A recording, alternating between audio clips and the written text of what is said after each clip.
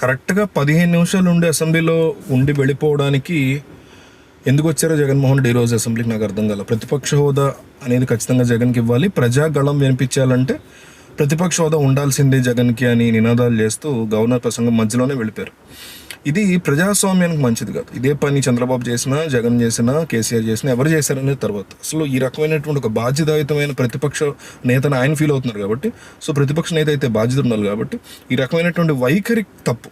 అది ఎవరు చేసినా సరే మనం ఇట్లా ఖండించాలి. ఎందుకంటే గతంలో చంద్రబాబు నాయుడు వెళ్ళిపోయారంటే ఆయన వైఫ్కి సంబంధించి తీవ్రమైన అవమానం అన్నారు. అందులో మనం ఏం చేయలేం. అలాంటిది జగన్కి జరిగినా మనం ఆ టైంలో జగన్ తరఫున నిలబడాలి. కానీ ఈయన ఫస్ట్ ఆఫ్ ఆల్ ఈయన ఎక్స్ సీఎం కంటే ముందు, ఆయన సీఎం కంటే ముందు, చంద్రబాబు సీఎం కంటే, పవన్ కళ్యాణ్ సీఎం కంటే ముందు పిఠాపురం ఎమ్మెల్యే, చంద్రబాబు కుప్పం ఎమ్మెల్యే, ఈయన పులివెందుల ఎమ్మెల్యే. పులివెందుల ప్రజలు మిమ్మల్ని నమ్మి గెలిపించారు.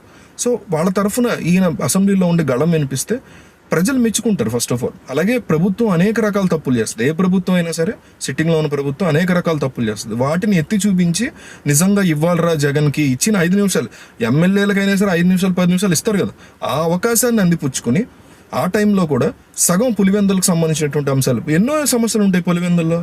పులివెందులో దిగి వచ్చిందా, కుప్ప ఏమైనా దిగి వచ్చిందా, పిఠాపురం ఏమైనా దిగి వచ్చిందా, ఈ దేశంలో ఉన్న ప్రతి నియోజకవర్గంలో అనేక రకాల సమస్యలు ఉంటాయి.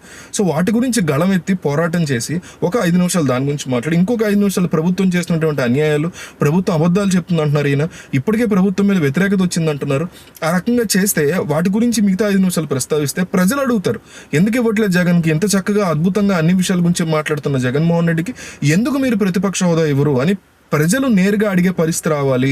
అలాంటి పరిస్థితి సాధించుకుని ఈయన తెచ్చుకోవాలి. అంతేగాని ఇట్లా ఇంకో రకంగా ఆయన ఏదో వ్యక్తిగతంగా ఇంకో తీవ్రంగా అవమానం జరిగినప్పుడు ఖచ్చితంగా జగన్ వెళ్ళిపోవచ్చు, దాన్ని మనం కూడా సపోర్ట్ చేయాలి, అది వేరే కథ.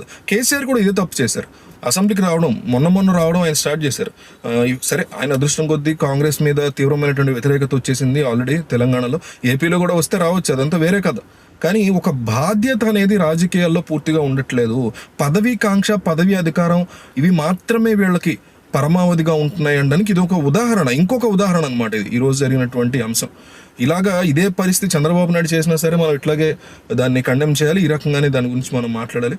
కానీ పదవులు ఇంపార్టెంట్ కాదు, అధికార దాహం, అధికార మదం ఈ చంద్రబాబుకి, జగన్కి, పవన్ కళ్యాణ్కి, కేసీఆర్కి, మోడీకి, రేవంత్ రెడ్డికి, రాహుల్ గాంధీకి ఇంపార్టెంట్ కాదు. ప్రజల తరఫున నిలబడే ఒక చిన్న అవకాశం దొరికినా దేన్ని కూడా వీళ్ళు వదులుకోకుండా ఉండేలాగా వాళ్ళని మనం క్వశ్చన్ చేయాలి. అందులో భాగంగానే ఈ వీడియో చేయడం. ఈ ప్లేస్లో ఎవరున్నా సరే మనం ఇట్లాగే మాట్లాడాలి. జగన్ చేసింది నాకైతే ఈరోజు సుతరాము అసలు ఏ రకంగా కూడా నచ్చలేదు. పోరాటం చేసి ఆ పోరాటాన్ని ప్రజలకి చూపించి అప్పుడు ఆయన అసలు తెమలట్లేదు, అసలు కుదరట్లేదు అంటే అప్పుడు ఆయన వెళ్ళుంటే బాగుండేది అనిపించింది.